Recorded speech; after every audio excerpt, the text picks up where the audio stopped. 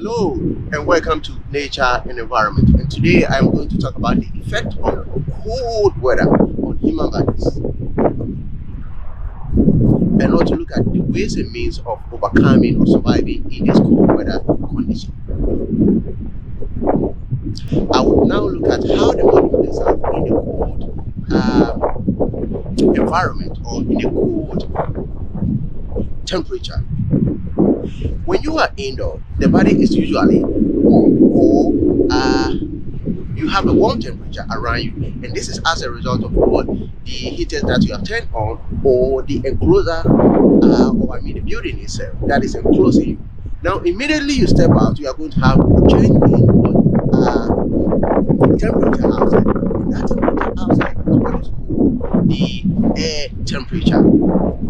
Now once you step outside, your body forms a warm layer of air mass around you. Now this warm layer or this insulating boundary would separate you from the air temperature reaching your body itself. When it's so high, what happens is that the layer, the warm layer that you have formed over your body, separating you and the surrounding air, will be destroyed. And this condition is called green chill. So if you watch the news, you hear the weather man or the weather forecaster or the meteorologist talk about two temperatures. You may hear the meteorologist talk about the temperature, and then there's also one we call the fuel light. So the temperature that you hear the weatherman talked about is what is called the air temperature. Now there's another one, like I said, the fuel light. The fuel light means it's just a temperature equivalent resulting from the combined effect of relative humidity, air temperature, and that of what wind speed. Now let's see how the body responds in cold condition. So the core average temperature of the human body is 36.6 degrees Celsius or 97.9 degrees Fahrenheit. However, if this temperature drops to 35 degrees Celsius or 95 degrees Fahrenheit, then the body or one is heading dangerously towards a condition that we call hypothermia. I will explain hypothermia subsequently. However, hypothermia, it means that significant organs of the body may be tempered or be affected. Example, when the temperature again drops to say 33 degrees Celsius, 91 degrees Celsius, then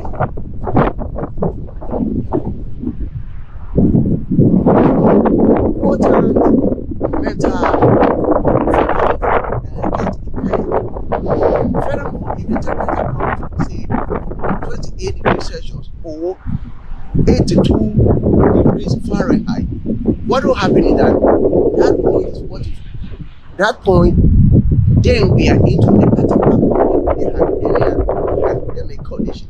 Then we are into the latter part of what the hypothermic condition. So in this case, what happens is that one may get into sleep, and then unfortunately that person will not come up or will not wake up again. That means that person will pass away. Now let's look at some of the effects of what cold weather condition. So the first one I'll talk about is the hypothermia. Hypothermia occurs when one falls into freezing water or get buried by avalanche or experience a very low temperature. That will not be my priority. So I will just focus on the condition where one experiences a very low temperature. So, and that is common because we get up in the morning, we have to clear the snow in front of in our driveways and all that. We have to go out, go get groceries. We have to go out, get on our cars. We have to go out. We have to go to the workplace, come back, and all that. So definitely we go through this kind of low temperatures every day. With hypothermia, the temperature drops below 35 degrees Celsius, and it results in serious problems such as heart palpitation, overall stiffness, acute shaking, disorientation, and among others.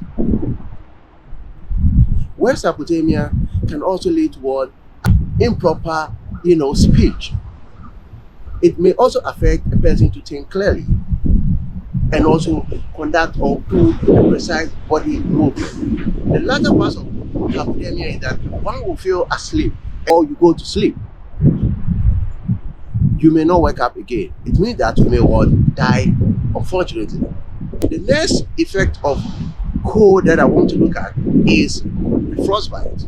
The frostbite is a cold injury in which the affected area get frozen. So basically we have two types of frostbite. The first one is superficial frostbite. So with the superficial frostbite, the skin gets pale and the texture becomes smooth. However, it does not involve a lot of pains, or pains are not involved at all.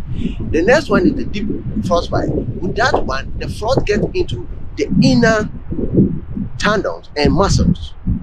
The affected skin remains safe even after thawing. The next thing I want to look at is the frost nip. The frost nip is a light cold injury. However, it does not involve tissue damage. Here, the nip areas are largely affected. They include the nose and then the fingers. Another effect that I want to talk about is the chilblain. The chilblain is caused by damp and cold air condition. Here, the skin does not get frozen. However, it leaves behind red patches or spots on the skin. This injury can be transformed into blisters over the skin for a very long period of time. The last one is the foot trend. With the foot trend, it is caused as a result of one exposing his feet into wet and cold weather conditions, and it does not involve frozen injuries. Here, as you expose your feet to a cold weather condition, you begin to experience itching, cramping, among others. So these are some of the effects that may come into play when you are played down by a cold weather condition. Now let's look at how we're going to adjust and respond to this cold weather condition. So the first thing I'll look at is the coat. You need to get a good coat in order for you to be able to handle or to be able to respond well to the cold weather condition. What do I mean by a good coat? A good coat is the one that you should be able to close it by button or by zipper. A good coat is the one that will be able to take wind and not breeze. Now we have to get the difference here. Wind and not breeze. Now, the next thing you also have to talk about is the number of layers that you need in place in order to be able to go through the cold weather conditions. So it doesn't matter. You can do maybe 3, 4, or whatever, 5. It doesn't matter, depending on what you think would make you comfortable. So if you think you have to wear multiple dresses in order for you to be able to go through the cold weather condition, that is okay. It's perfect. You are gone. You are good. However, we should also take into consideration that if we would do say triple or for 4th layer of clothing for the youth, then the vulnerable in our houses, like the kids and that of the elderly people, we need to triple or even double it for them. Another area I want to touch on is the hat. As you can see over here, yes, it's good. You can wear any hat that you think is okay, that will keep you warm. However, I would suggest that if you would get a hat that will cover your ears, it is absolutely good. You can also get a hat that you can have the flaps to also cover your ears, so that the extremities will not be affected. I mean, a typical example is the ear, the fingers, and all that. So the ears will not be affected by the cold weather condition. The next thing I want to talk about are the gloves. Mine, I don't have the gloves here, but yes, you need the gloves in order to be able to survive. I talked about the extremities, the fingers, the toes, the ears, the nose. They are the areas that are likely affected by cold first. So you have, there are a number of them, right? So you can have the meetings, which is good. You can have leather clothes. You can have, all of them. You can have the leather one with what they insulate, or with cashmere lining. You can have all of them, but make sure that it is good for the coronation in which you are going through. Now let's look at it about the boots.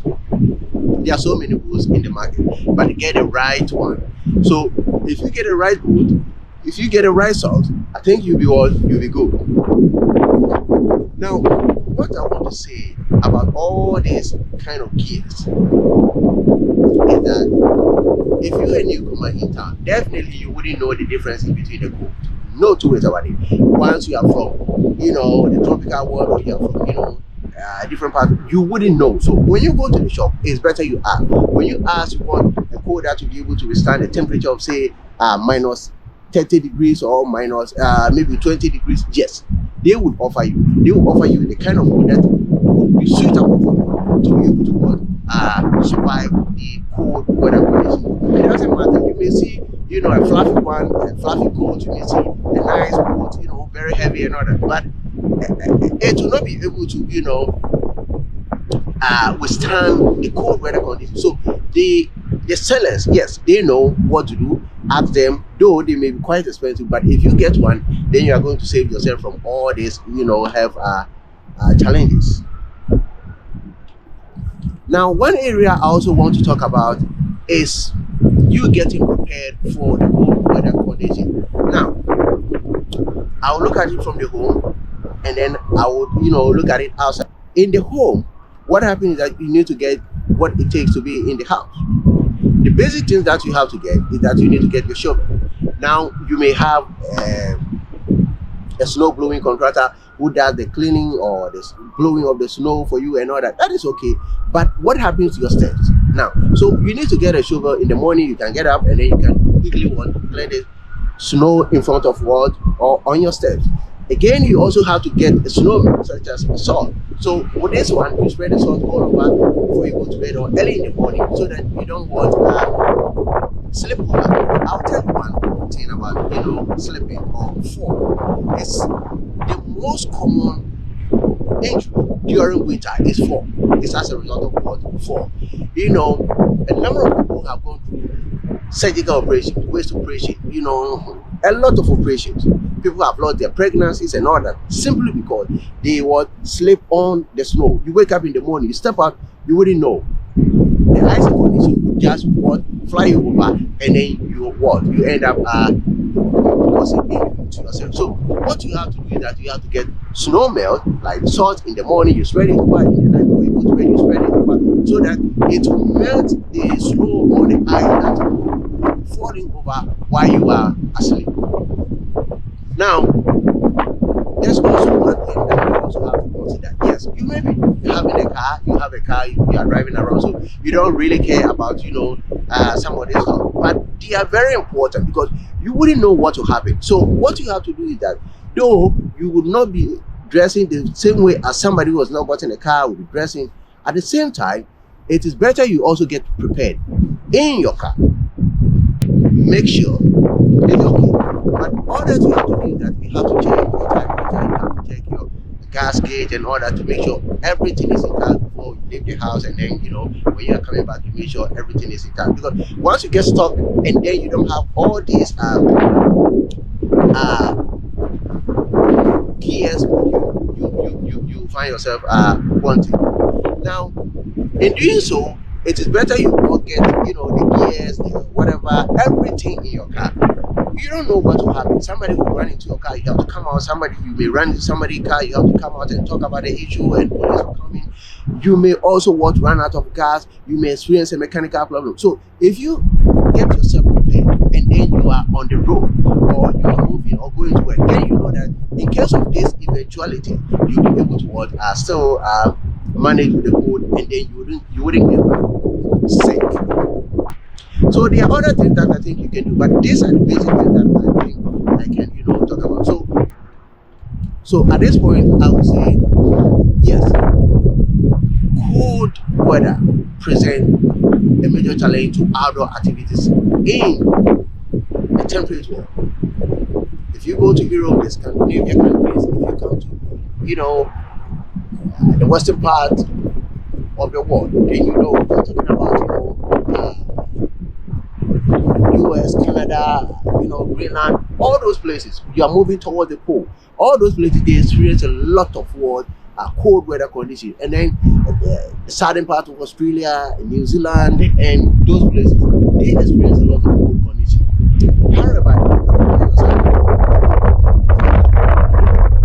complication. Now, the next thing I want to say is that these are basic stuff. And at this point, I want to say thank you for your time. And at this point, I want to say do follow, subscribe, and like my page. And thank you for your time. And I'll bring you another episode in a while. Bye bye.